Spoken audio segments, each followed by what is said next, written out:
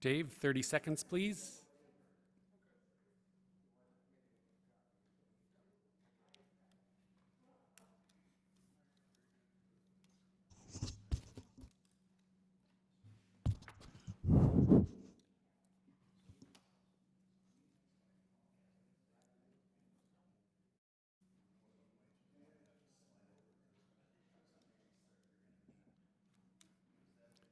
Good evening and welcome to the July 14th Prior Lake Spring Lake Watershed District Board of Managers meeting.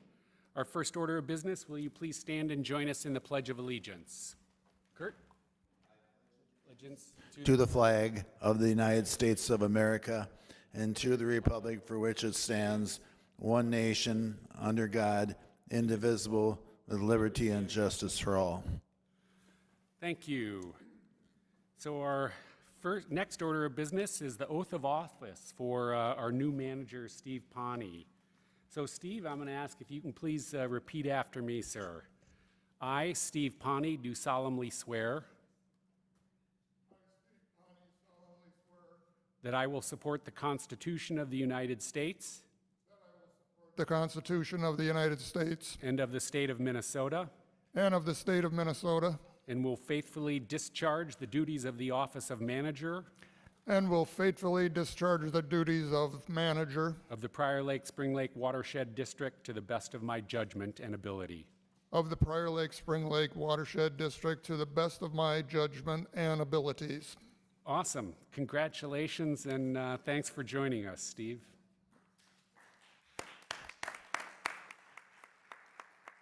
Steve, for those watching, and I know there's hordes of you at home, Steve is going to be replacing Fred Corrigan, who had to leave us early because he moved out of the district. So Steve is our first new manager coming on. So welcome and congrats, Steve. So our next item on the business will be the recognition of Manager Howley. And I do have, Diane, did you have anything that you were going to say? I'm going to read and make a couple of comments. So,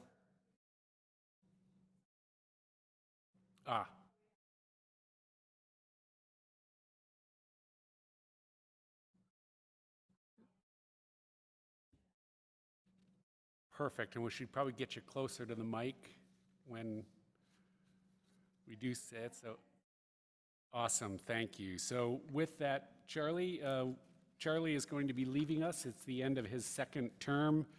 Charlie, we have a couple of thoughts that we wanted to share with you. And for those of you, Charlie is completing his second term of office as a board manager.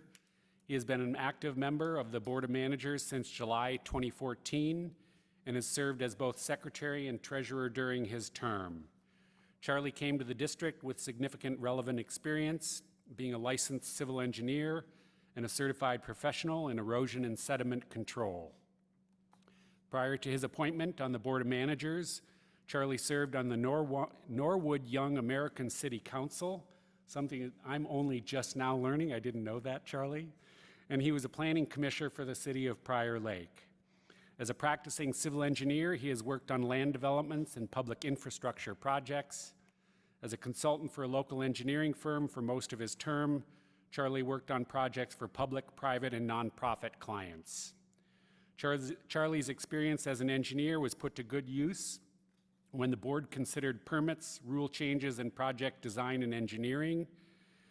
Not only did he have a strong background on the subject matter, he also had diplomatic abilities. He could see both sides of a view on controversial issues and offer other managers the pros and cons of potential board actions. I'm also going to add into that one here, even though it's not written, that Charlie was a smart and thoughtful, practical guy. And it was more than just the permits, the rule changes. It was everything else, actually, that we did here as a board that Charlie offered his guidance on. Charlie has a very busy life as a husband and father of 3 young boys and as new director of the Public Works, city engineer for the city of Chanhassen. The district's board and staff will miss his wise counsel and are honored he chose to spend 6 years protecting the valuable water and natural resources, as well as residents and businesses in the Prior Lake Spring Lake Watershed District. Charlie, just on my own outside of this, you really were an asset to the board. The board is as strong as the 5 members here, and you did offer a view and a perspective that none of us had. So not only was it an asset to the board, in my opinion, but the watershed and staff and the work that we did, staff does for us, but it's our community too. And I want to thank you for helping us, without a doubt, even in my term now so far, for helping us deliver cleaner water and greater flood protection for the residents of the watershed. So, Charlie, we greatly appreciate this, your service. We'll miss you. We wish you all the best, and don't be a stranger, and we'll keep tugging you back in if we can. So with that, Diane, anybody else have anything that they would like to say? Bruce? Sure. I've only been on the board, Mel, a year and 3 or 4 months, but I've got to know Charlie pretty good in that year and 3 months, and really appreciate working with you as another fellow engineer, and I feel somewhat responsible for Charlie leaving because I got him the Chanhassen job by recommending him for that, but best has been a good move for Charlie, and I know he's even told me he did not really want to leave the district, but his lifestyle and his things that he has to do kind of prevent him from doing this. But we sure really did appreciate all you've done for us. Thank you, Charlie. Kurt? Okay, when I think of Charlie, I think of a very intelligent man. I don't know if you've ever taken an IQ test, but I suspect it's way up there. And you've also asked tremendous questions, and questions are always insightful. Your comments are, I only wish mine were halfway that way. But you're a real asset, and losing you is going to hurt our knowledge base a lot, especially on engineering. We hate to lose an engineer. Thank goodness we still have Bruce, but it's gonna be a loss. There's no doubt about it. Gonna miss you. Wish you the very best. You got them 3 young boys in this new job, so I totally get it. But the very best to you going forward. Charlie? Well, thank you very much. This was a great experience for me. I really enjoyed it. I really wanted to continue, but 6 years is a long time. New thoughts, new blood is always a good thing. This position, helped me grow. I learned a lot from Carl and from the staff and just the projects and the planning. I did learn a lot. It helped me in my career path as well, so I'm internally grateful for that, and for Bruce and that networking that paid off for me. I made a lot of good friends. I enjoyed everybody immensely in dealing with the Watershed District, and I think we're in the right direction. If there's anything in walking away, I like where we're at. I like where we're going. And certainly we've got good leaders up here. And just want to say thank you to the district, and thanks for all your kind words. And yeah, we'll be in touch. Thank you.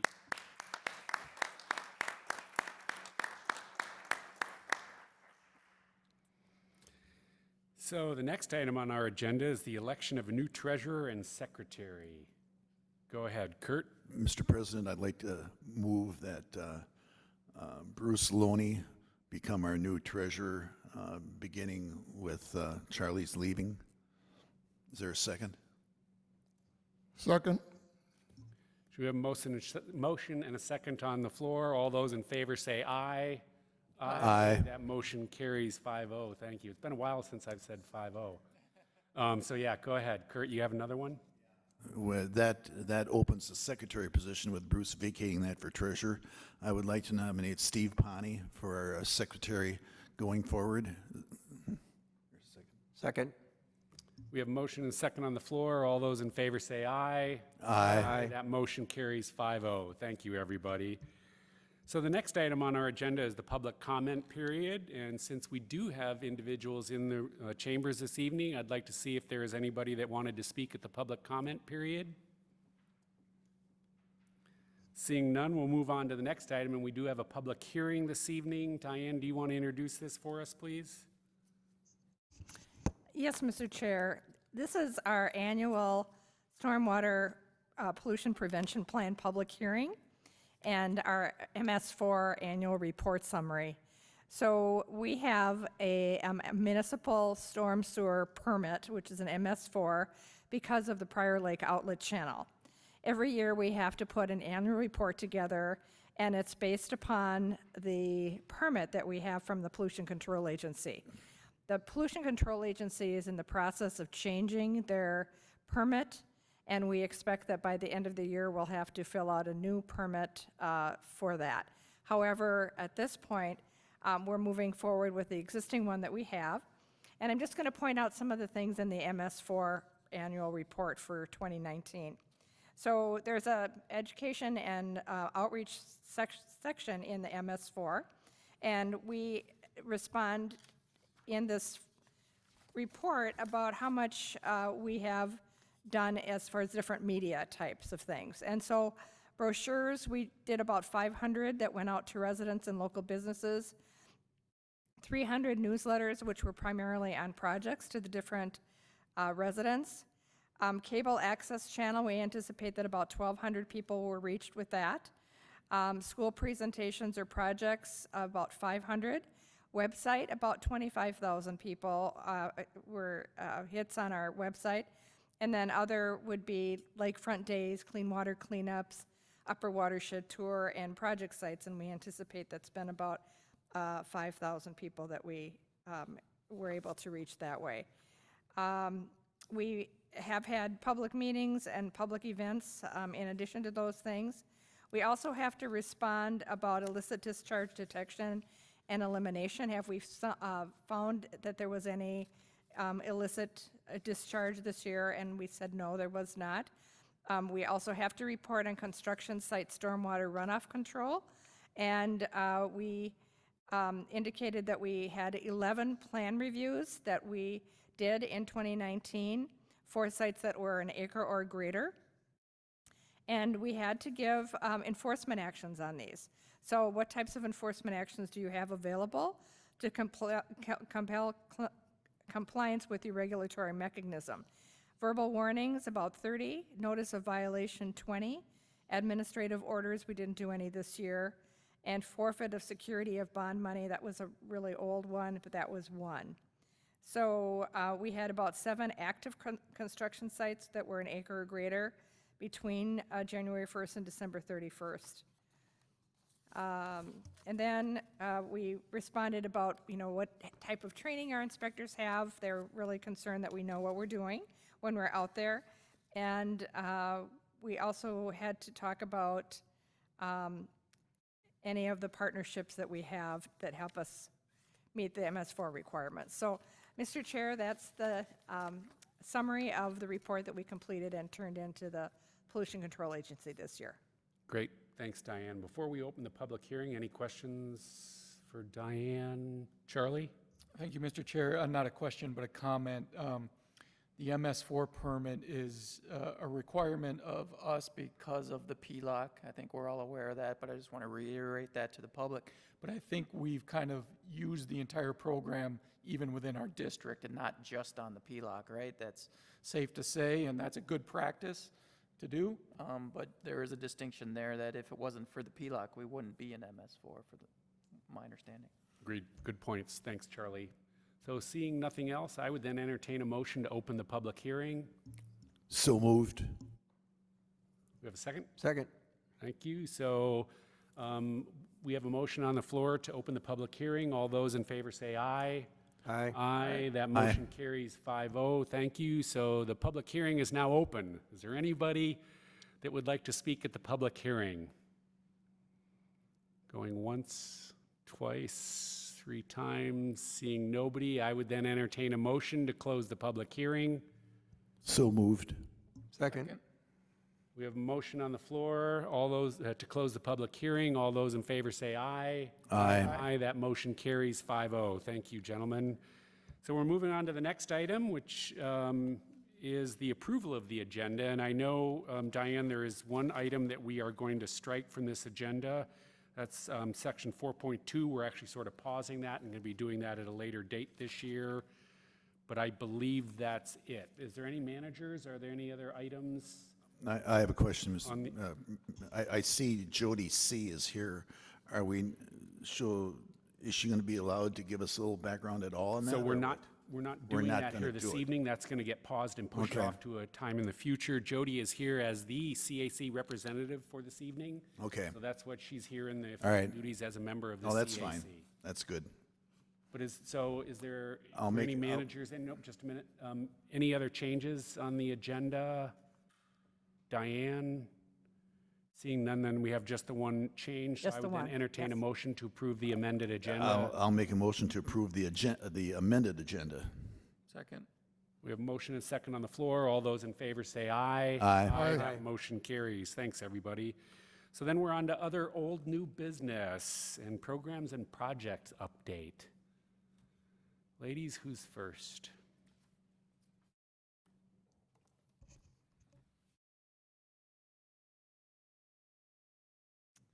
Okay, we'll start off with the level of Prior Lake. If you noticed, our level logger was down over the last week, but we did just get that fixed today, so the level is up to date at 902.66. It's dropping nicely. It's at a great level right now. A couple weeks ago, we had the outlet pipe of, we had it televised, which is the pipe that drains the water from Prior Lake to the outlet channel. So it's about a half-mile long pipe, which is underground, and we televise that every 2 years to check the condition of the pipe. And this year we hired a new company to get just a different perspective and different opinions, and they did recommend that we do upgrade the pipe in the fairly new future. It's not a emergency situation, but they do think, they did find a lot of joints and seals that were leaking, which is not uncommon. We actually did seal up quite a few joints a couple years ago, but I guess what happens is when you seal up these joints, so there's water leaking in from the outside.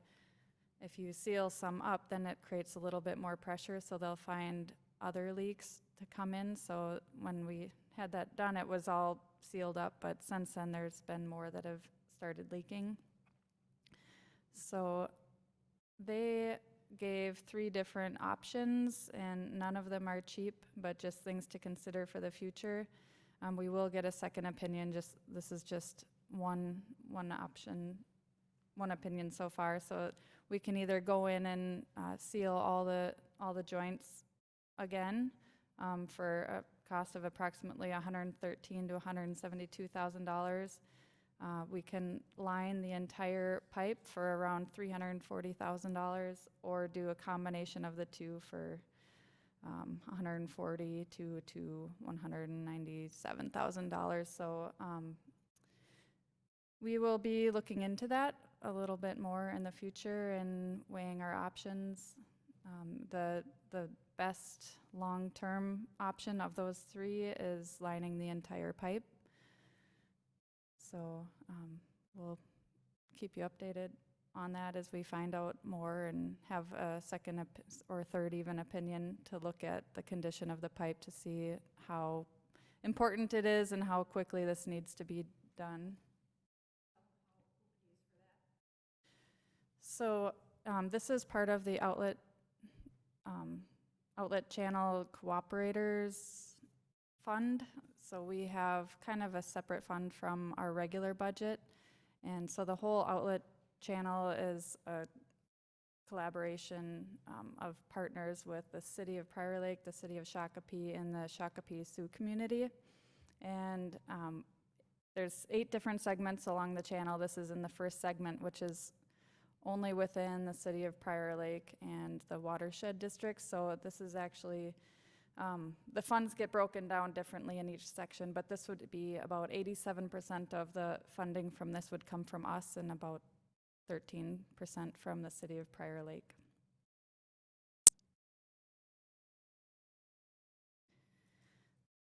A month or 2 ago, we had the National Weather Service give a presentation to us on climate change, and during that presentation, the board had requested that we get a new forecasting tool that he offered that they could create for us. So we did follow through with that, and we now have what we're calling a forecasting tool that's specific to our watershed.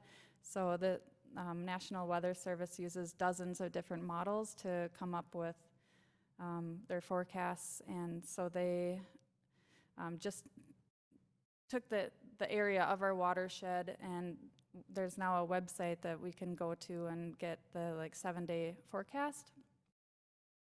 And so what this is kind of a nice tool for us to have. We can quickly look at the website and immediately see what the 7-day forecast is for precipitation. So the graph on the left is kind of that's what you would be looking at, and the black line is the accumulation of rainfall over a week. So if you kind of follow that black line, if you go all the way to the right, that's approximately how much rain they're predicting will fall within the next week.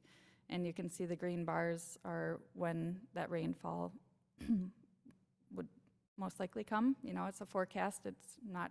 It's going to be more accurate than the forecasts that you would see on a different website because it's specific to our area, but it won't always be right, because I took a screenshot of that this morning and they predicted we'd get 1.5 inches of rain today, so it's still a forecast.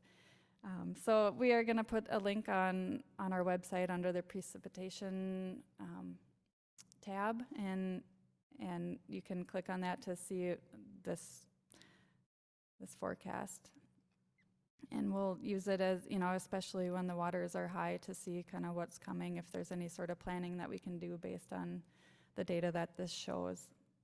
And as far as I know, the Minnehaha Creek Watershed District is the only other watershed that uses this that the National Weather Service has created for them. So I did kind of chat with them a little bit today to see how they use it. And they also have an outlet structure on Minnetonka that they use a lot for planning on when to operate their dam. They do a lot more management of their outlet than we do, but I think it'll be a nice tool to have.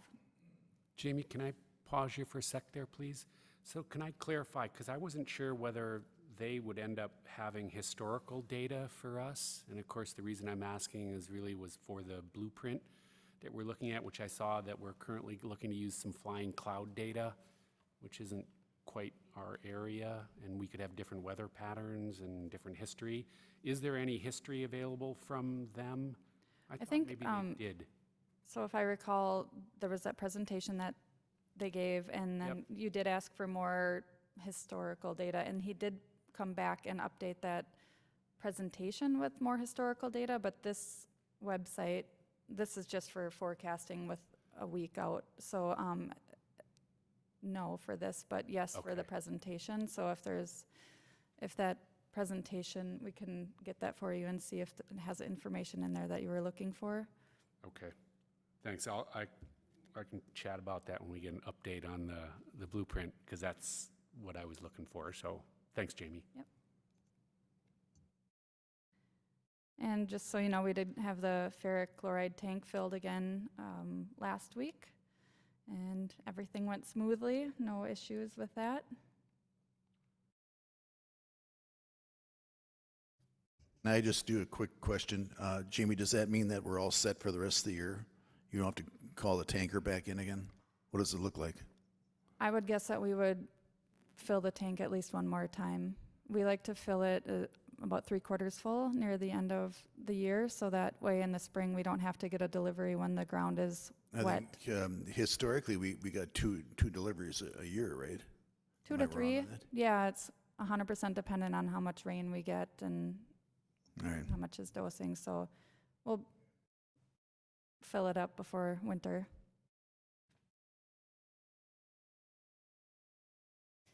All right, well, with the integrated pest management plan for common carp, we've got several different components that I usually hit on at every board meeting, but this time I thought I'd just do a few highlights.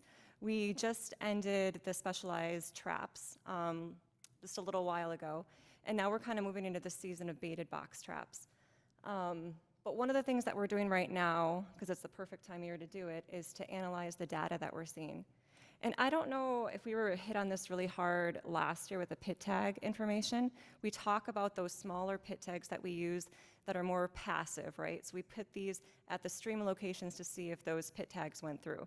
Pit tags are much cheaper, and they're really good at detecting where the carp are going through these channel systems. So in 2019, we had 3 locations. And that's at the Fremont Avenue location. That's where that Newman trap was located at the Arctic Lake outlet.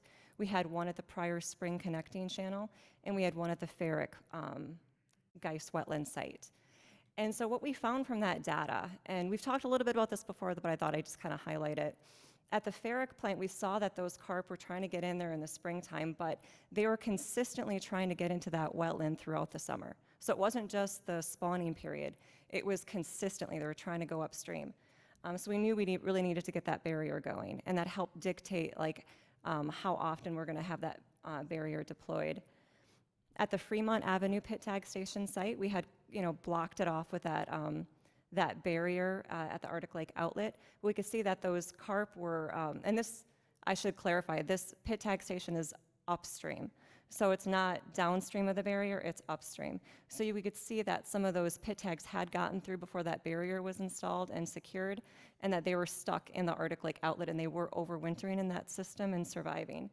And then the Prior Lake, Spring Lake connecting channel, we saw 6 tags total. So just in perspective, we have over 300 tags at this time in 2019 between the 2 systems, and we had only 6 tags go through. So when we're asking ourselves, do we need to put a barrier in that channel, they're not mixing quite as much as we thought. They are a little bit, it's gonna mess a little bit with the data, but we didn't see a barrier as being a useful tool there and worth our effort. So then that kind of dictated what we did this year. So with the accelerated carp management strategies, we're able to put more pit tag stations out. And then SMSC also got a grant for Pike Lake, so those 2 on Pike Lake are covered by their grant system, and they're paying for those. And then the rest are ours, so we added 3 more pit tag stations. And we did this to answer some questions.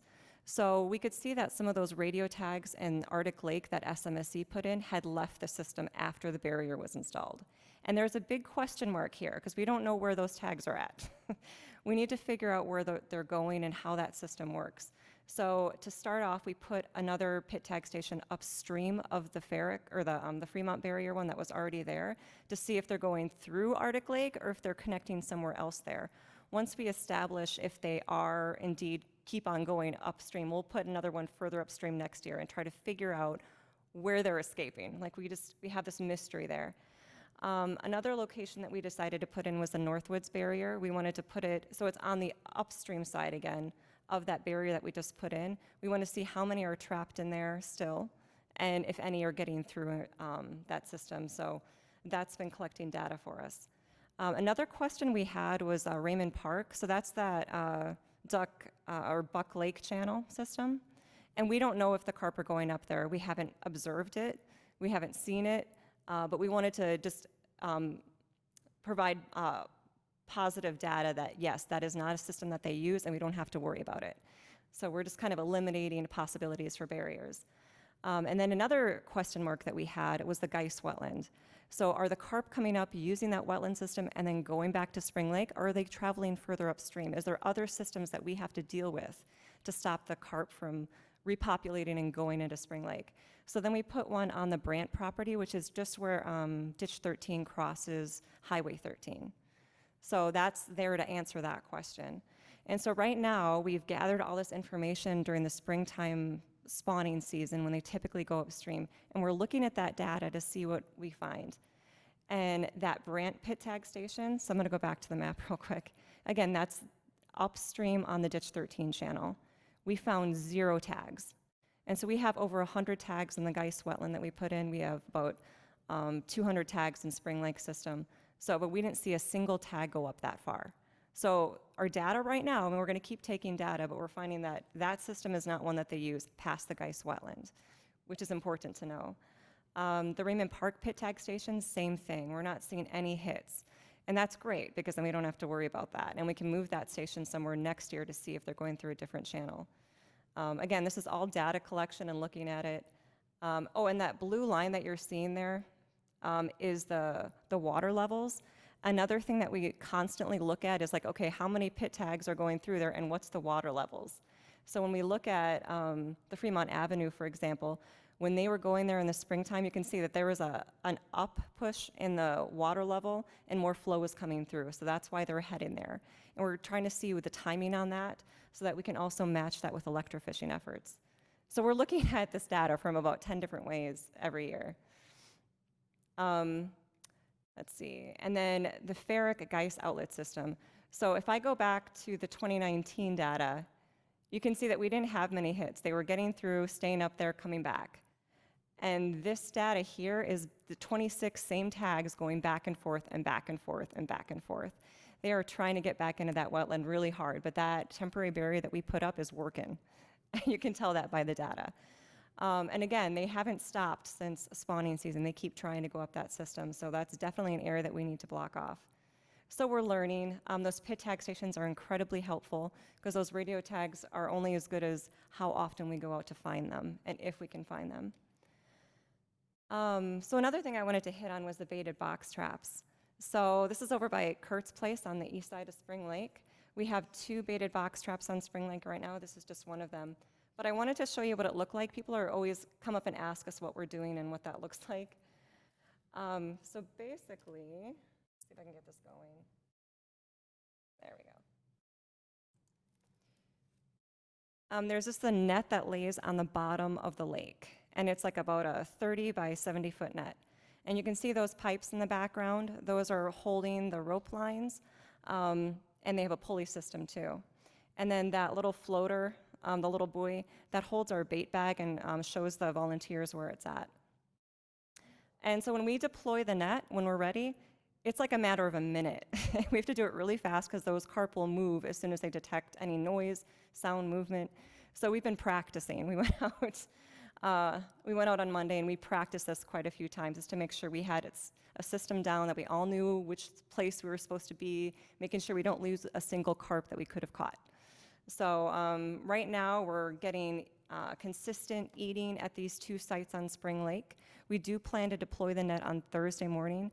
The most active time that carp are eating are usually like right before sunrise. So we will be out there at 4:30 a.m. I apologize, Kurt, to your neighbors. We'll be out there really early. But we're going to be quiet right away. So if anybody from the public wants to see us pull these carp out, we'll be doing it throughout the morning. And we'll try to stay out there a little bit later in case anybody's curious. But we'll be out there super early before anybody's awake, springing these nets. And we hope to get about 200 to 300 carp between the 2 traps. But the beauty about this system is that we can do it again and again.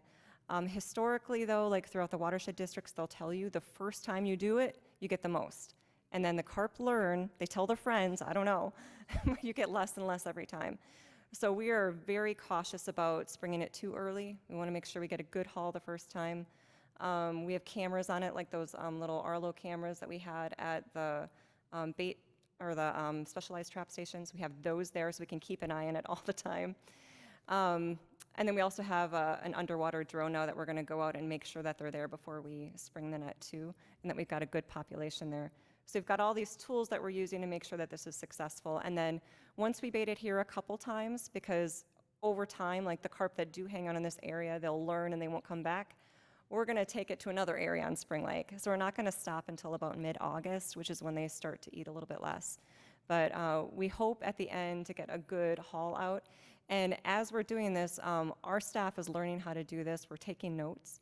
And so next year, we'll be able to do some of this on our own. Same thing with the specialized traps. So this first year, WSP is really in there helping us out a lot. And then next year, hopefully we'll be able to do a lot of this on our own. But we do need some more volunteers for these baited box trap sites. If anybody is listening right now, go to our website. We've got like a few different volunteer programs, but what we really need help with right now is baited box traps. Somebody's got to go out there every day, pull that buoy up, and at the bottom there's a net with corn in it. Well, hopefully not by the time you get there, but Then you'll put more corn in it and drop it back down and tell us online through an online form how much you got and what you saw. We track this, we look at it just about every day, every hour if you're me, and we keep an eye on how well we're doing. Once we get carp consistently coming there, we will deploy the net, spring it, and go capture them and take them out. But we have another net also set up on Upper Pryor Lake, if anybody lives on Upper Pryor or Lower Pryor and wants to help as well. But please go in line and do it. If you're worried about like, gosh, I don't know if I can do this or I have enough training, I want to be remotely trained, we have a YouTube training video and a lot of good training materials. So no worries on that. We're trying to practice COVID-19 practices as much as possible. And we've got a really good system in place to help you out. So go online. If you go on YouTube, you can search the videos on PLSLWD on your search. And that's it. Thanks, Maggie. Let me kick this off actually, just because, so Maggie, where are these locations that where are the box trap locations? So if we're maybe looking to, for those of us who are living in the various parts of the lake, might tap into a friend that's living near the area, I would assume that would make it easier for somebody because they're close by. Can you please tell us what the locations are of the nets? Yeah, Mr. Chair, managers. So on Spring Lake, there's two. So there's one on the very far east side, and then in the northwest corner by the corner of Sunset Avenue and Highway 12, by Sailor's House, if you know which one that is. And then on Upper Pryor Lake, it's just to the left of the landing. If anybody is familiar with where the cemetery is at, it's right off of there. There's not many places on Upper Pryor Lake that we can put a baited box trap. That's one of them. Another location will be in Mud Bay later this summer as we try a different spot. Perfect, thanks. So let me ask two other questions I'm going to open up to my colleagues. So the first one, I was curious, where have we ended up so far? If you're tracking the total pounds that we've gotten here so far in 2019 through, because I know there was the push trap that you guys built and some of the other ones that we were trying, and I know they stood in for, I think, a little longer. So where are we at with the total amount of pounds of carp removed so far in 2019? Mr. Chair, managers, I would have to go back to the data. We've been kind of sorting through the data so much, it's kind of lost in my head which year is which. But I would say roughly like 5,000 between each lake, so like 10,000 total. Okay. But we're going to bring that information to the next board meeting because we're going to make some decisions on if we're going to do some of these specialized traps next year, and it'll be a good tool. Great, thanks. So then my only other question before I open up to my colleagues, and so at the ferric chloride in the Geist wetland, do you ever electrofish those then, rather than just track the little buggers? Mr. Chair, managers, that's our plan. Yeah, in August we plan on going out to electrofish. It's really shallow, but we're going to try to get in there. We've just been so busy with all the other things, we haven't quite had time, but we definitely have it on our horizon. Okay, great, thanks. Anyone else? Go ahead, Kurt. Just as a review, how many pit tags do we have in the two lakes and how many radio tag carp? Can you give me numbers on that? Mr. Chair, managers, we have 9 radio tagged carp in each Upper Pryor Lake and Spring Lake. Okay. There was 4 in Arctic Lake. We don't know exactly where they are. As far as pit tags, there is 230 some in Upper Pryor Lake and roughly 200 in Spring Lake. And then there's another 100 that we put into the Geist wetland. Those aren't exact numbers, but those are just general figures. We also put some more into, 50 more into Pike Lake to see if they're coming up down that system as well. So we're putting them kind of all over the place, trying to see where these carp are traveling. Thank you. Great, thanks, Maggie. Charlie? Mr. Chair, are this about all programs and projects updates or just the carp? Will there be more? Diane, Maggie, this is it. So I got 2 questions. Go for it. And this one is, I guess, kind of carp related. It was our March 10th meeting, and we were talking about awarding the construction contract for the ferric chloride weir. Did that ever move forward? Is that done? What is the status of that project? Mr. Chair, managers, if you remembered, we had a really hard time getting bids on that because we needed a fabricator who could also install, and we were struggling. So we did get one, but we got that by giving them a long period to get it completed. I believe mid-September is like the deadline. But the temporary barrier is up and working, and he had sent in his submittals, but they were reviewed, they had comments that came back. We're waiting for his revisions on those submittals. You know how it works. But he's got a lot of time. He's still got time within the contract. And as long as that temporary barrier is working, we're good. Although we have trying to been putting the pressure on him because it does affect how the ferric dosing works. So, Okay, good, thank you. So we did award the contract, and we're moving forward with it, okay. And my second question on the updates is, it's a dirty word, but rules revisions, where are we at in the overall process? Mr. Chair, Manager Howley, I'm going to let Carl answer that question. Mr. Chair, Manager Holly, the next step is to circle back with, after we had that full meeting with all the policymakers, and so the next step is to circle back, get those minutes out, and then have a kind of a smaller group meeting of some of the technical folks with respect to some of the response to their comments. So that is kind of on Diane and my agenda to do. But to clarify, that was, I think, paused because of the COVID stuff, so we stopped moving that forward, right? Yeah. Just to further add clarification. Yeah. Do you have any indication on when that might start moving forward?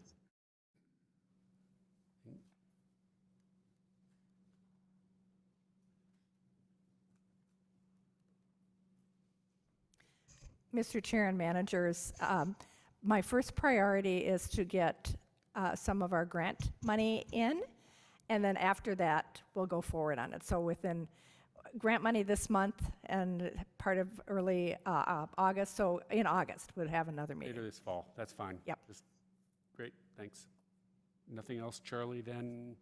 Anybody else? Seeing none? Steve, no? Bruce, go for it. Well, I think I heard Maggie say that next year you're going to be setting up the bait box. Is that what I heard? Staff is going to do that? Or is that WSB doing all that? Or who's doing that? Maybe I heard it wrong. Mr. Chair, Manager Loney, so right now, WSB is helping us, but next year, we'd be able to set it up ourselves. That Newman trap that we had at the Fremont barrier, that one is actually doubles as a baited box trap, so we can use that one ourselves. We're just renting the other two right now from WSB. Okay, great. Okay, so we're moving on to the next item then, the Upper Watershed Blueprint update. We have some visitors here this evening.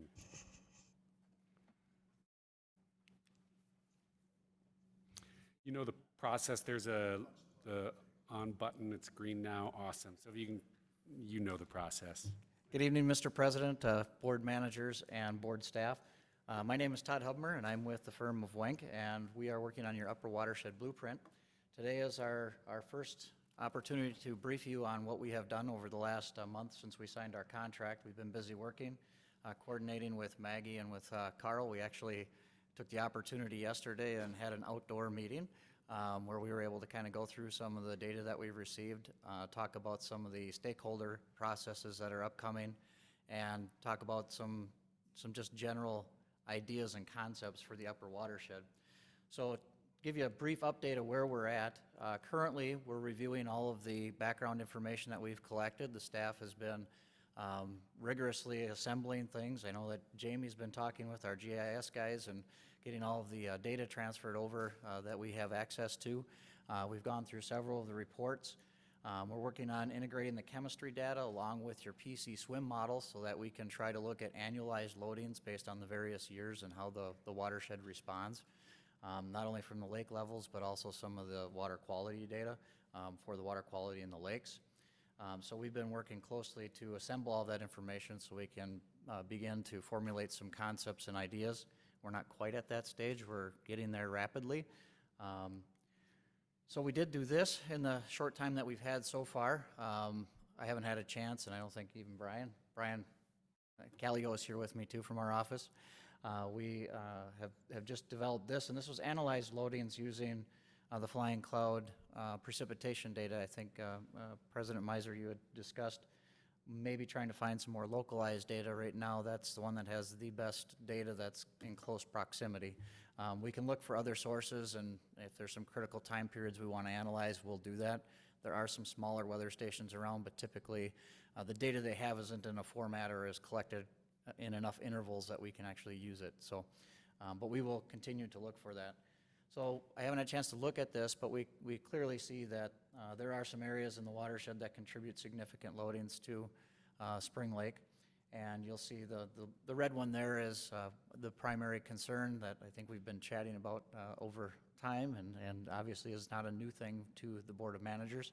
But some of the other things we'll start to break down and possibly break them down into smaller segments as we move forward. So I want to talk a little bit about project schedule. We have played with the schedule a little bit, and we want to talk to you about that tonight a little. So tomorrow actually is our first engagement meeting, and we'll be having a number of partners from Scott County, Prior Lake, Spring, and Sand Creek Townships, MnDOT, Scott County, and Farmer-Led Council. We're hoping to have a representative there, and from the CIC, we're both invited to attend.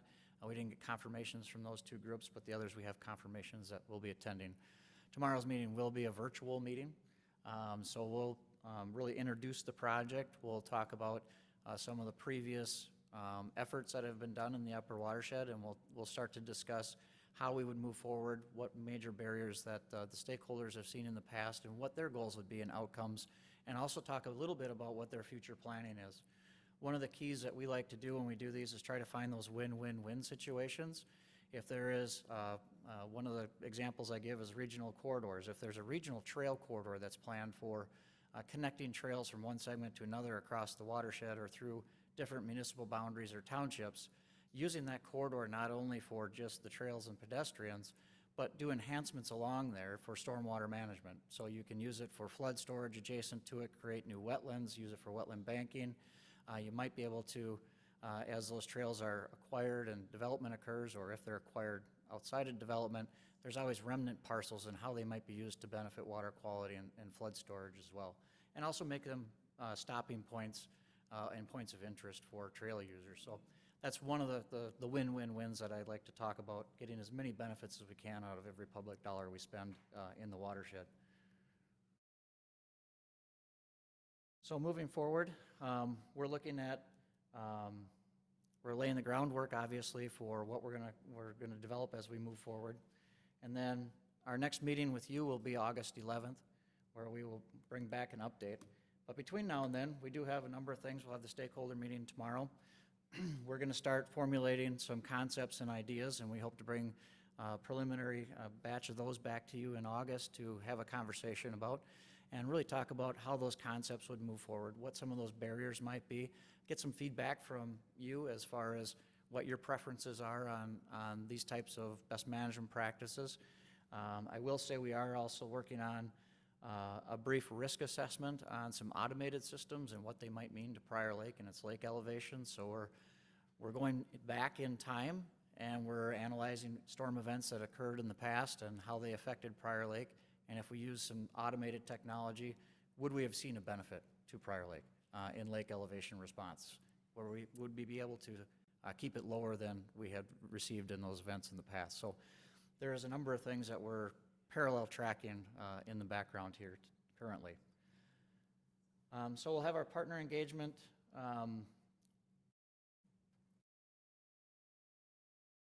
meeting with the funding partners on August 3rd.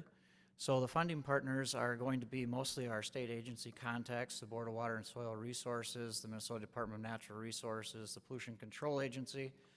There may be some opportunities with MnDOT as well. To begin to look at where they're planning to target their financing in the future for their grant programs. There are a number of state-facilitated programs, and they change their critical needs on a regular basis, and so what we want to be able to do is tailor our events and the language in our blueprint plan to fit what we anticipate they're going to have so that we can set you up for future funding. We want to try to leverage as many of those programs as we can to make the watershed dollars go as far as possible in reaching the goals for water quality and flood storage. So you'll see that we're really trying to accomplish the final report in the end of November. We've got a little flex time built in here at the end. I think we were trying to get to the end of the year previously, but Maggie and I sat down and we said, we think we can shoot for November. And if we get into December, that's okay. That gives us a little bit of time at the end to really refine some things. I'm sure there'll be some additional alternatives that always pop up in the 90% that somebody wants to look at. And we'll take a look at those. So we're really planning on being here every month to give you an update and progress. And perhaps some of those might be a work session so we can have a little more dialogue as well in the future. That's all we have this evening, but we are moving forward, and we wanted to give you an update on what the schedule is and what we have been working on. I'd entertain any questions at this time. Great. Thanks, Todd. Thanks, Brian, for coming and giving us an update. I'm going to let any of my colleagues start first. Kurt, go ahead. Yeah, I just wanted to express Wink thanks for joining with us and to emphasize the fact that this is a big deal. I mean, this is going to preclude doing numerous elm treatments down the road. Getting at the problem before it gets into the lake system is the key to everything. And we can't fall short on what we're doing or what we want to accomplish. You know, failure is not a word involved in this because it's everything. And we know we're going to put some serious money at this, and with that involved, you know, we expect results, and we expect it as soon as possible. Thank you. Charlie? Thank you, Mr. Chair. I don't know if you realized it, but you referenced Apollo 13 in your little statement there. Failure is not an option, right? One quick question. Thanks for the update. In the PC swim modeling that you've grabbed and just kind of rehashed it, is it more or less work than you thought when you proposed on it? I'm just curious if what shape it's in and what you've done to turn the dials. Well, it's a moving target. So the model was initially set up as an event-based model, so they would, and obviously, Carl, you can chime in here at any point in time. So we were looking at the various design storms and events.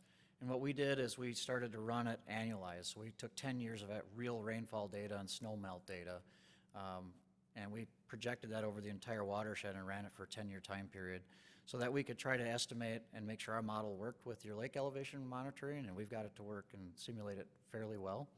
We did have some issues with the snow melt conditions, and they're always difficult because a lot of times you think the ground is frozen and the water just stays on the land. Well, as it starts to melt, there are fissures and areas that are thawed out, and it does come in through the groundwater, so it has some impact. So we have to play a little bit with some of our assumptions on the snow melt and runoff routine, but we've gotten it to work and mimic the elevations very good. We're very confident with where that's at right now.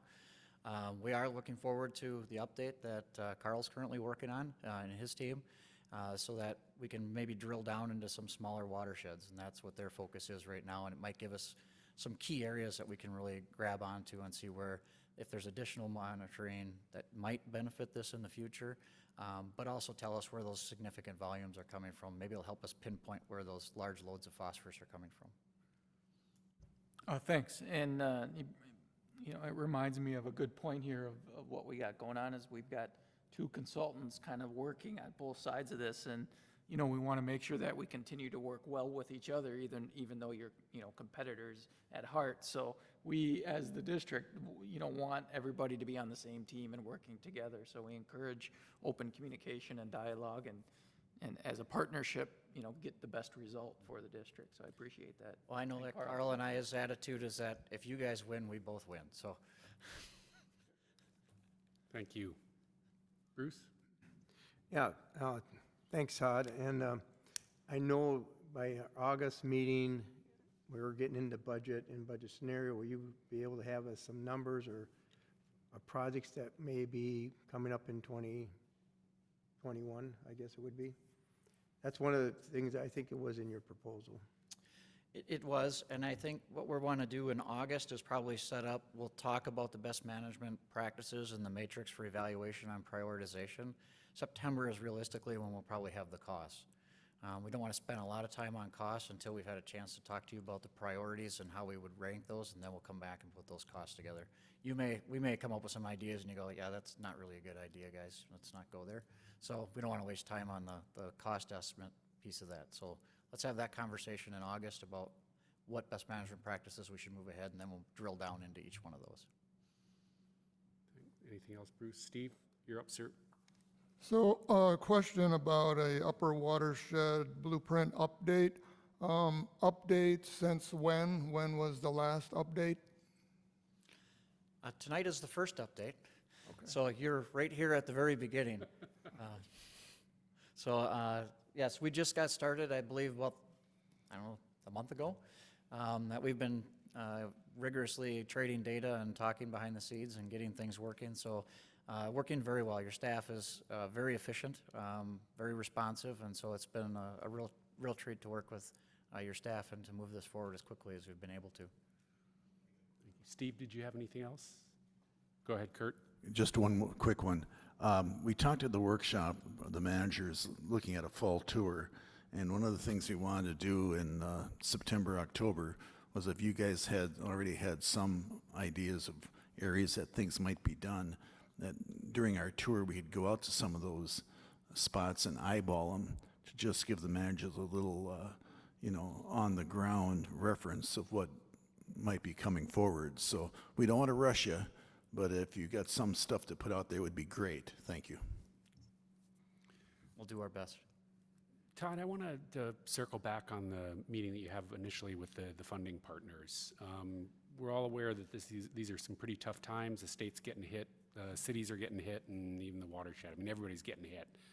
Will that be one of the topics, I would assume, to even get a sense, I'm not sure if they even know yet, but to get a sense for where the opportunities are based on a funding perspective, not just a project perspective and the fit of the project?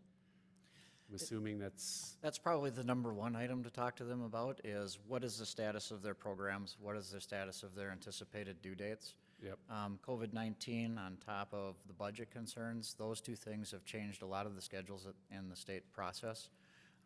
So I want to learn where they're going to land, but they probably won't know until if a bonding bill gets passed or doesn't get passed, because there is a lot of different special programs in that bonding bill for some of the water quality and funding for DNR. And if they don't get the funding through the bonding process, then they have to shift things around, and that will probably affect some of the timelines and the allowable budgets they have for funding. So Yep. it's a big mystery this year. It's the perfect storm for trying to figure out and plan. So. It is. And sometimes, and I think even Diane was successful, and Diane and staff, I should say, getting some grant money that we weren't necessarily aware of, right, that became an opportunity through some conversations that sometimes there may be some money that's currently in there that hasn't been spent or allocated someplace else, or something fell through. Maybe the opportunity to see if there are any available funds, because I know you've also then proposed that maybe you could pursue those pursue some projects earlier rather than later and kick that off sooner. So I would assume, or I will encourage, I trust you're going to end up doing that, but please do. And if you find any opportunities and you need a decision from us, please circle back.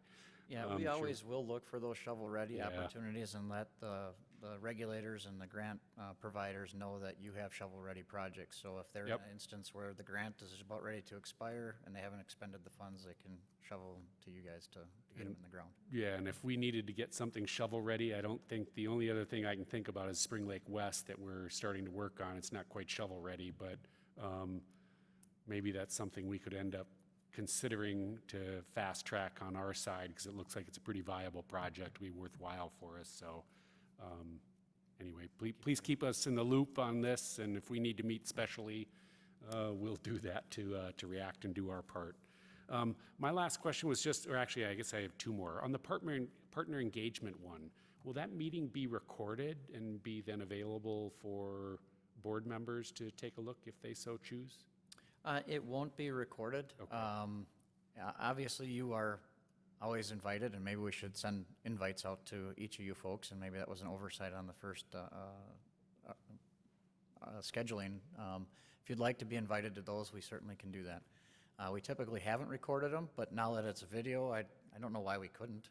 Yeah, just hit the record I just button. have to hit the record button on the go-to meeting, and it should record the whole thing. So And so if you could please record it, just because I don't know if the timing will work. I mean, I know I'm busy tomorrow night, and also maybe send the invite out, because I'm going to trust that my colleagues, there could be some interest. I probably would like to take a peek, because I'd be curious to find out what you hear. And then my final comment, Todd, is so I'm in the software world, cloud-based kind of stuff, and when I see data getting stored on the Google Drive, you end up really giving up your rights to the data that you store there for free. Are there other places you've looked at potentially storing this data, project data? I know it's kind of public data anyway, but still, I always get We have our nervous, own and cloud. it's just Yeah.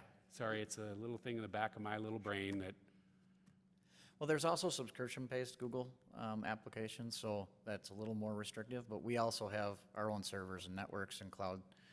This one might have just been downloaded from the Google. We can certainly move that into a more secure platform if you're concerned about that. And we can I'd be do that. supportive. Well, it's just they scrape the data, whatever data they're capturing, and then they use it for whatever purposes they want. So I would encourage storing that data elsewhere, if that's still possible and doesn't necessarily negatively impact the project.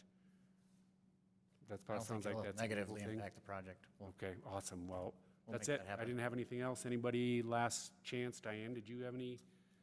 So thanks again, Todd, Brian. Thanks for coming down, gents. Thanks for the update, and good luck tomorrow, and look forward to continuing to hear about the progress. Thank you. Thank you. Okay, next item on the agenda. We are up for the board approval of the rump plan. Diane, you want to kick this off for our final time? I'm assuming this is going to get approved. Well, that's up to you. I'm hoping, we're all hoping. So, as required by statute and rules, the district completed its 10-year plan amendment for the 2010-2019 Water Resources Management Plan. We had the required public participation, state and local agency involvement in public hearings. The final public meeting requirement is for the district board to approve the latest revision. So the structure of the rump was in basically 5 different sections. So we had an issues identification and assessment section, guiding principles, policies, measurable goals. That's section 3. Section 4 was implementation actions, programs, and projects funding. And section 5 was outcomes and measurements.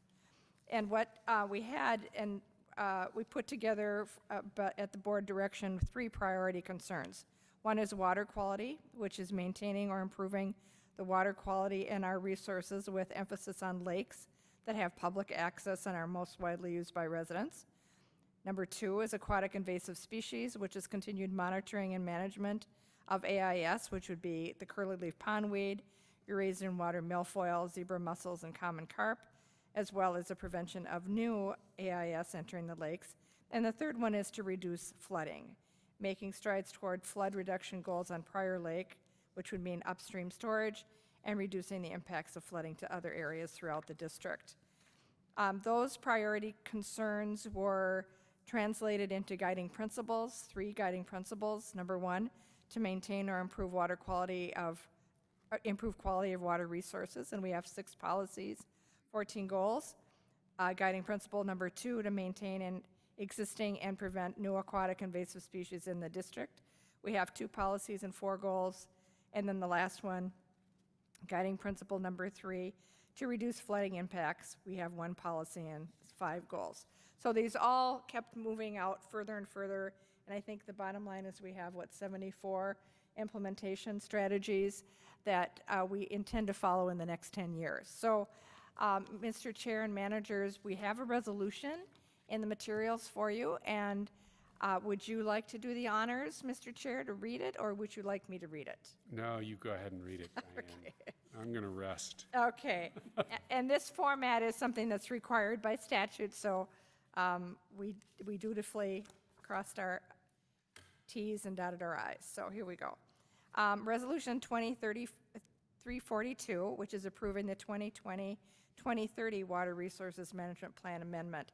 Now, the date has changed a little bit because we completed it in July. which is halfway through the year, so Bowser asked us to have it through June of 2030. Whereas the Prior Lake Spring Lake Watershed District is a watershed management organization and political subdivision of the state of Minnesota, established under and operating with powers and purposes set forth at Minnesota Statutes Chapter 103B and 103D, and whereas Minnesota Rules Chapter 8410, Metropolitan Local Water Management, Subpart 19A, 10-year plan amendment section requires that comprehensive amendments of a watershed management plan are done not less than 5 years and not more than 10 years from the approval of the current plan by the Board of Water and Soil Resources. And whereas the district's 2010-2019 plan extension was approved by Bowser and expires at the end of 2020. And whereas the district has been updating its plan since 2017 and formally began the process with its letter of intention to initiate an update sent to local, metropolitan, and state agencies on February 2nd, 2018. And whereas numerous meetings have been held with the district's Technical Advisory Committee, Citizen Advisory Committee, Farmer-Led Council, the public, Board of Managers, and staff as part of that update. And whereas notices were sent to and input was received from municipal, regional, and state agencies. And whereas staff provided written responses to those comments. And whereas the district has complied with all of the requirements indicated in Minnesota Statute Chapters 103B, 103D, and Minnesota Rules Chapter 8410. And whereas the revised updated plan received its final approval from Bowser in June 2020.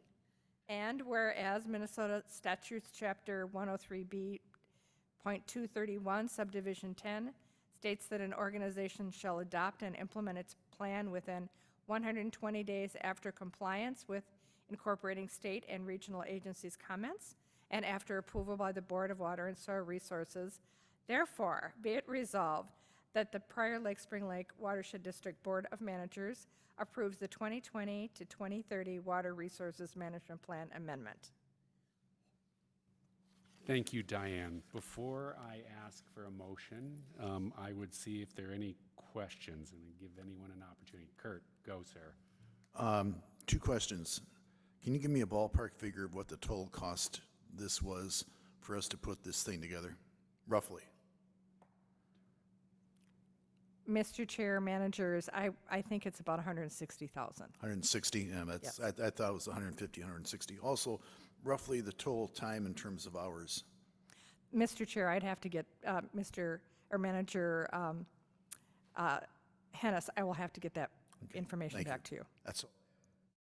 If you want to. Thank you. Seeing none, nobody else, then I would entertain a motion to approve this resolution. I make a motion that we approve Resolution 20-342, approving the Water Resources Management Plan for 2020 through 2030. I'll second that. So we have a motion and second on the floor. All those in favor say aye. Aye. Aye. That motion carries 5-0. Thank you, gentlemen. That one is in the history books. Hallelujah. I think Oh, this is, yes. little do people know, yeah, that 160K. So Bruce, just if you remember that it was Melissa was here, I went and asked her about expenditures and what other districts, Yes. what the costs were. Now, this Yes. was several months ago now, but what she had shared with me, 160 actually was either in the middle or almost on the light side, which almost again made me gag with the amount of money that we've spent in the effort that we've done to do this. I know these plans are important, but I mean, the amount of good work or project that we could have gotten done is of course all that I'm always weighing, and just seems like a ton of money. I know it's required, so we aren't changing the rules. I'm not going to that battle. So anyway, this is great that this is finally over. I'm sure staff is going to be relieved. Enjoy your cocktail. Well, and Mr. Chair, managers, we'd like to thank all of you for your patience Yeah. going through this with us, as well as EOR, who was at Yeah. our side as we were slogging through this, putting together meeting after meeting, making revisions with staff, formatting changes, et cetera. So yes, I think that it's well worth it. It will be not only a document that it's pretty to look at, it's one that's going to be used, because that was the point, is we wanted to have a document that was user-friendly, that people could use as they moved on with their projects and programs. So, Agreed. thank you. It is a good one, and I'm just happy it's done. I know, Maggie, you put a ton of effort, and you really Yes. worked to make sure it was an attractive and readable, legible, digestible type document. So, I Right. mean, nicely done. Kurt? I just have one more observation. It's 10 years from now, 2030. Probably very few, if any of us, will be around in this role. Hey. Yeah, well, you're just a young whippersnapper, but I'm not, so there you go. But I think we just need to keep in the back of our mind, are there any ways that we can both streamline and make this process more efficient? And remember, it's called the Water Resources Management Plan. That doesn't mean that we're going to do it. It's a mapping of what we might do, not what we're necessarily going to do or are mandated to do. And we need to keep those facts in mind, Mr. President. Thank you. Thank you. Nobody else? Seeing none, we're moving on to then the consent agenda, which again typically is reserved for the non-controversial items that we vote en masse. But I'm going to ask if any of my colleagues have an item they would like removed from the consent agenda. Kurt? Yeah. I'd like the bar engineering item on the claims list, on the claims So list. just move the claims list off, please. Right. Mr. Chair, Manager Hennis, do you mean bar or do you mean WSB? WSB. WSB. Okay. WSB. So that's why it's the claims list. We're going to remove the claims Right. list. Just- So just we're the going to claims approve list, and then we'll the go from two there. sets of meeting minutes. Yeah. So I would entertain a motion to approve the amended consent agenda. I make a motion to approve the amended consent agenda. Second. We have a motion and second on the floor. All those in favor say aye. Aye. Aye. That motion carries 5-0. Thank you. So again, Kurt, Okay, yeah, the WSB thing, I just wanted to point out to everyone that, again, it's a big amount of money, month after month after month, they've been hitting these $40,000 bills, but we talked about it quite a bit in the workshop, so there may not be a lot more to chew over, but it's a big pill to swallow. I think everybody would agree with that. The other item I had was administrator, was bar engineering. Is this $14,000? Is this the total billing for the Spring Lake Phase 3 engineering? Top of page 33, first line on the claims list. Was there other billing for Phase 3 from Yeah, prior to could- this? Just let me look for it. I'll be right with you. All right.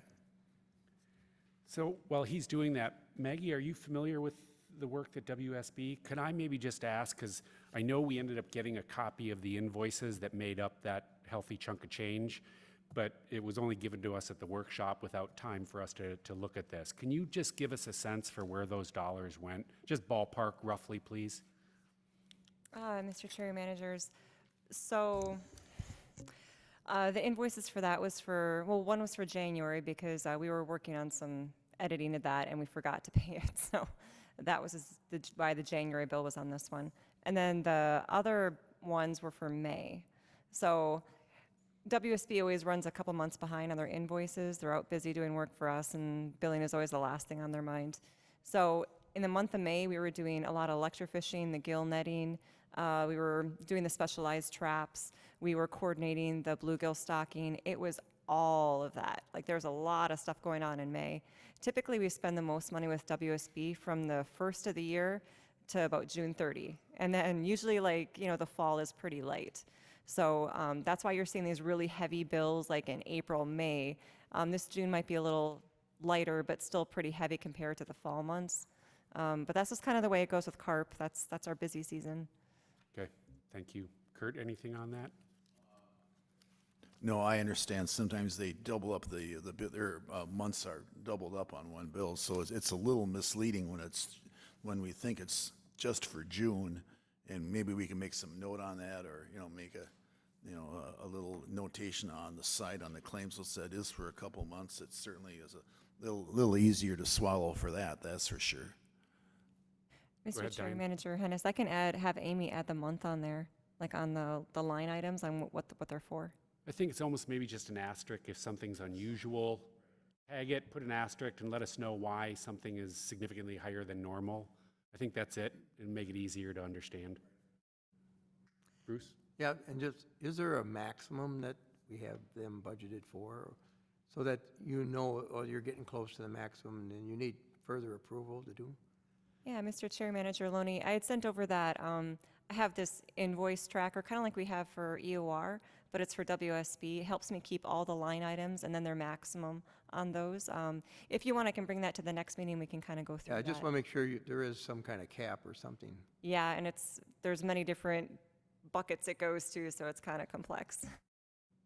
Diane, you had something? Yes, Mr. Chair, Manager Hennis. Okay, so the $14,000 bill that we got from BAR, it's part of the $26,000 that was budgeted for the alum treatment, for them to manage the contract, actually go out there and do the monitoring, et cetera. So we do have a couple things that we're concerned about in the bill, and we're going to address that.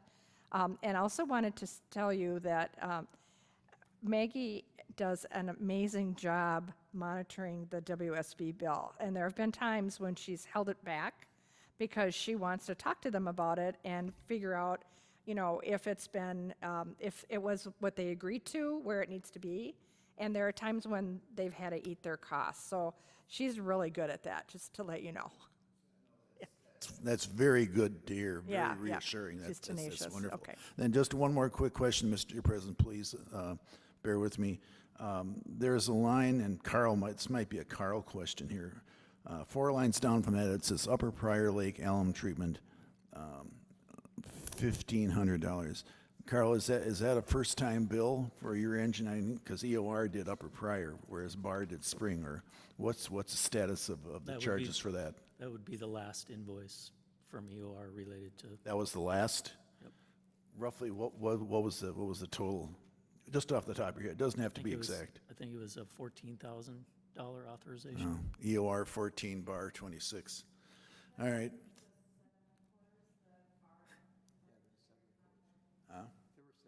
Oh, the sediment core for spring, okay, all right. All right, thank you.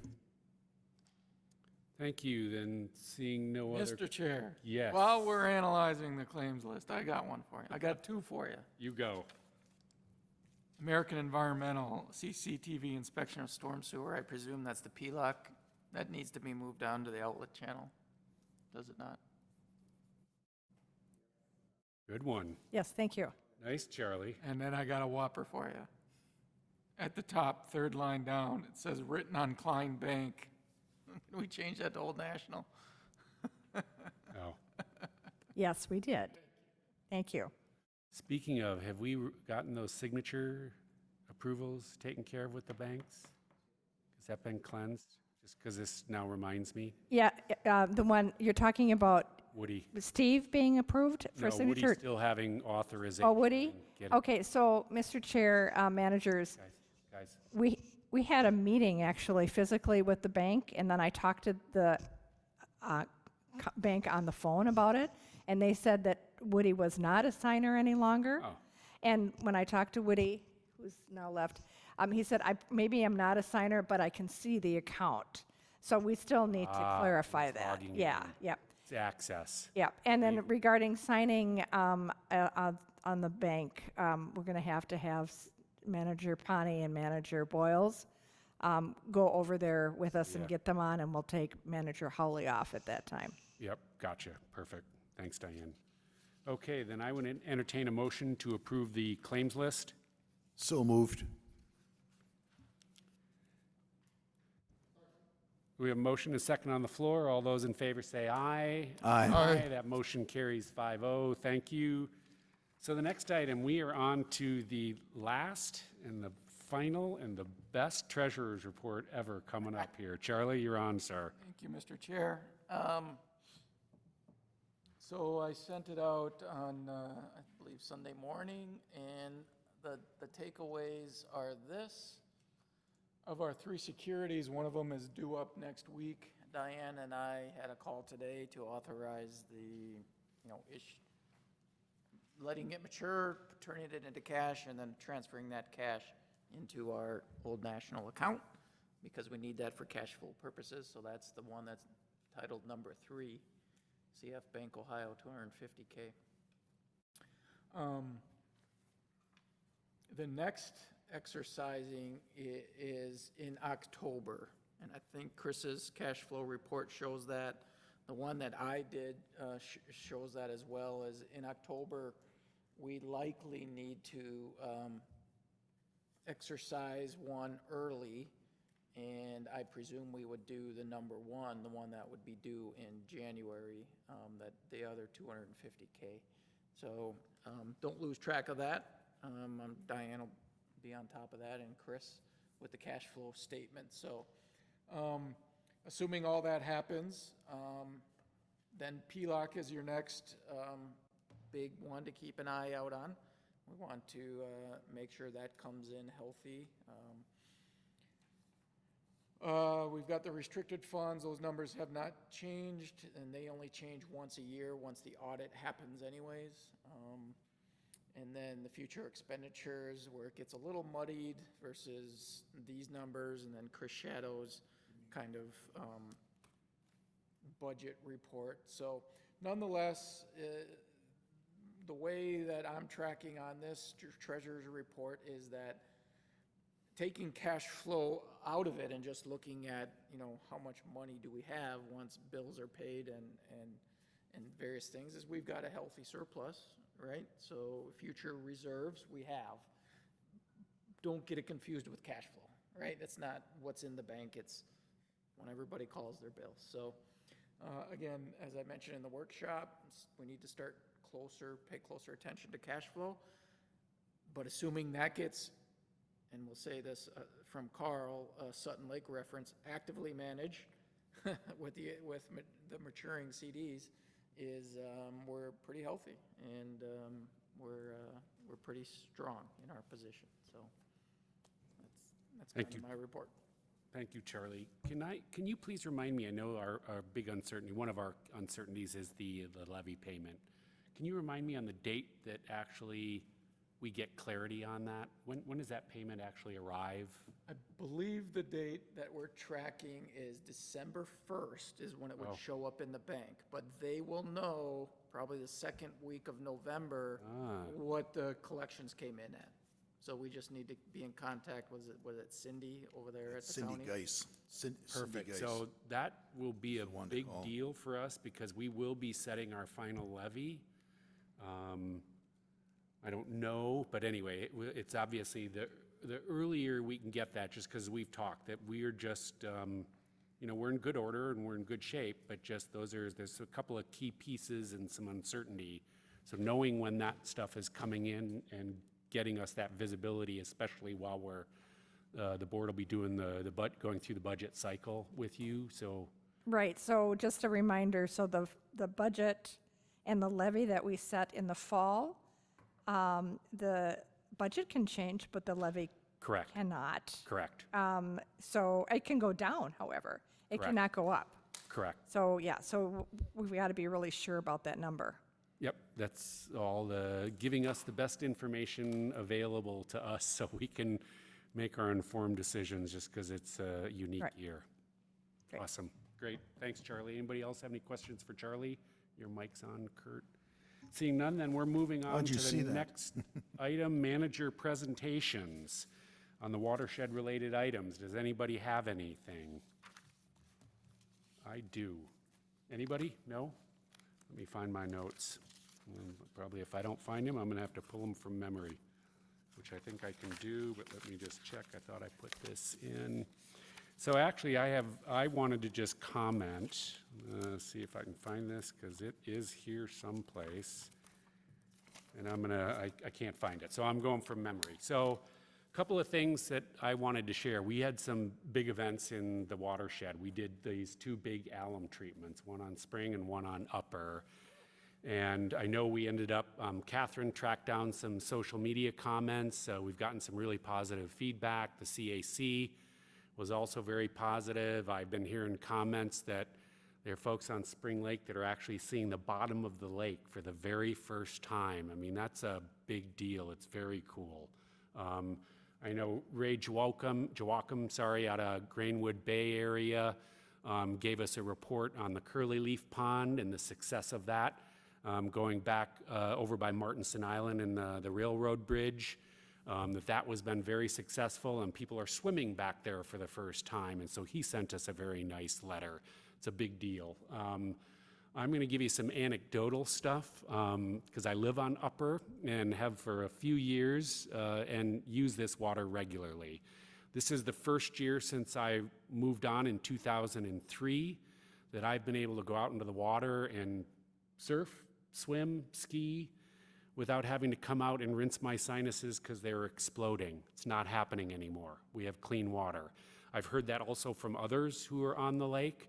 So it's having the kind of medical potential benefits as well as being able to have this beautiful clean water. My family came over on the 4th of July and actually swam out in the front of our dock. They were all out playing, which we wouldn't have happened before because we had green algae. And it was back, as Jamie always said, when in doubt, stay out, right, Jamie? And so our folks would never go. We always had to go to lower to go swimming. And knowing people are going in, they're not being affected medically. My wife, for the last year for sure, and maybe 2, was always coming out and it was itching. Her skin was itching because the water was so bad or something in the water recently. And I've heard also that somebody else reported that, and I don't remember who or where, but somebody else on Upper Pryor had a similar issue that whenever they went in the water, they came out and it would irritate their skin. They too actually commented they aren't getting that anything more. So the reason we're doing it, it's marvelous. People are recognizing it. I'm living it, so I'm a testament to it. I actually went diving into the lake just before the board meeting because I dropped a screwdriver in, so I had to go get it, and I could go see. It was pretty cool. So anyway, that's my only manager report. Good job, good work from the board and staff. I think there's huge progress this year, so good stuff. Kurt? I have one manager thing with Spring Lake. I've been asked this a couple times now. I finally remembered to ask it now is, what is the status of the rest of the Spring Lake shoreline restoration? We've done the grass, the native prairie grass, but how about the shoreline work? When is that going to be done? Fish Lake. God, I'm sorry, Fish Lake. Fish Lake. I'm sorry, Fish Lake. They're wondering what the status is and when we can look for it. I'm sorry, Fish Lake. So the Fish Lake project, which is located at Spring Lake Town Hall, the project was, the project prep happened last spring and last summer, and then the prairie and the shoreline areas were both seeded last October. So this is the first season that it's been seeded. Minnesota Native Landscapes is our contractor for the project, and they came out, they were just out right before the 4th of July for their first site visit. They said it's looking pretty good. Well, they said it's looking pretty typical for a restoration project, which is to say the first year, it pretty much looks like crap, but it's not necessarily bad news. So he said, it's looking like it's right on track. It's not going to look like much this year. And then in the next year or 2, it'll start to look more like something. So the seeding and stuff has been done. If we need to, we can always do supplemental seeding in the future. But the initial restoration is completed. And so now it's kind of a waiting and a maintenance game. I may have misunderstood this, but I thought it was going to be that, and there was going to be some shoreline work in that opening. That's Yep. Yeah, there was seeding that happened in the shoreline area. So they did remove some. Boy, there's a lot of weeds there. Oh. Well, no, there's actually quite a lot of native shrubs that are really good there. So we left those. We did remove some invasive and less desirable tree species and shrubs like some buckthorn and that stuff, but there's actually a lot of really nice native shrubs there. And That's in that trees. opening straight out from the township hall, right? Yep. Okay, I guess I thought more was going to be done rather than just seeding. I thought they were going to actually do some rejiggering of the shoreline there, but I might have misunderstood that. No. All right, thank you. Great. Thanks, everybody. So the last thing, we have an upcoming meeting, the CAC meeting in Prior Lake City Hall this Thursday, or sorry, later this month, Thursday, July 30th, from 6:30 to 8 p.m. Diane, something else? Yes, August 4th is farmer-led council meeting. Oh, yeah. Oh. Thank you. Nothing else? Then I would, Diane, you have something else? Well, one other thing, yes, I kind of mumbled it before, but we do have Oh, yeah. cookies back here to commemorate Charlie's service. And we also have a card we'd love to have people sign and that he can take away. And I didn't say it earlier, but Charlie has been a tremendous help to staff. And I will never forget when we were looking at the ferric chloride retrofit project, and that's when I was pretty new to the district, and Jamie and I were looking at it and thinking, okay, so what happened here? Who's at fault with this? And you sat down with us and you helped us understand what was designed and what was actually constructed. And we came to the conclusion and came to the board and said, well, it was constructed as it was designed. So that was so helpful because we were really both not at all equipped to respond. So, and you've helped us in many other ways as well. So you are going to be missed, as everyone has said. So, but we wish you the best, and we're delighted you hung out with us for 6 years. So, there you go. Thank you. Great. Yeah. Thank you. I would then, Charlie, would you like to make a motion for this, to adjourn this meeting? Motion to adjourn. Second. Chair. We have a motion on the floor. All those in favor say aye. Aye. That motion carries 5-0. Thank you, everybody. Thanks again, Charlie.